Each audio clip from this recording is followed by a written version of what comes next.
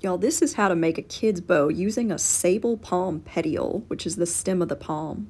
So basically, you're going to find yourself one of the big palm fronds, and you're going to cut it off at the base.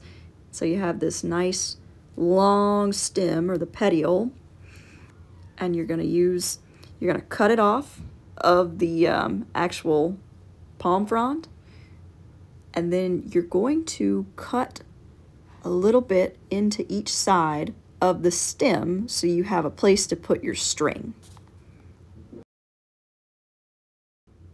Next, take some twine, some type of cord, and make a knot in one side of it, and then you're going to add that to where you put your cut on your palm frond. So you're right in there, and it fits accordingly. Make sure that it's a big enough knot.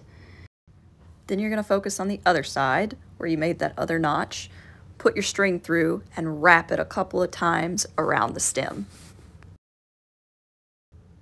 Cut off your extra string, and then cinch it up and make sure you've got it tied off to your stem.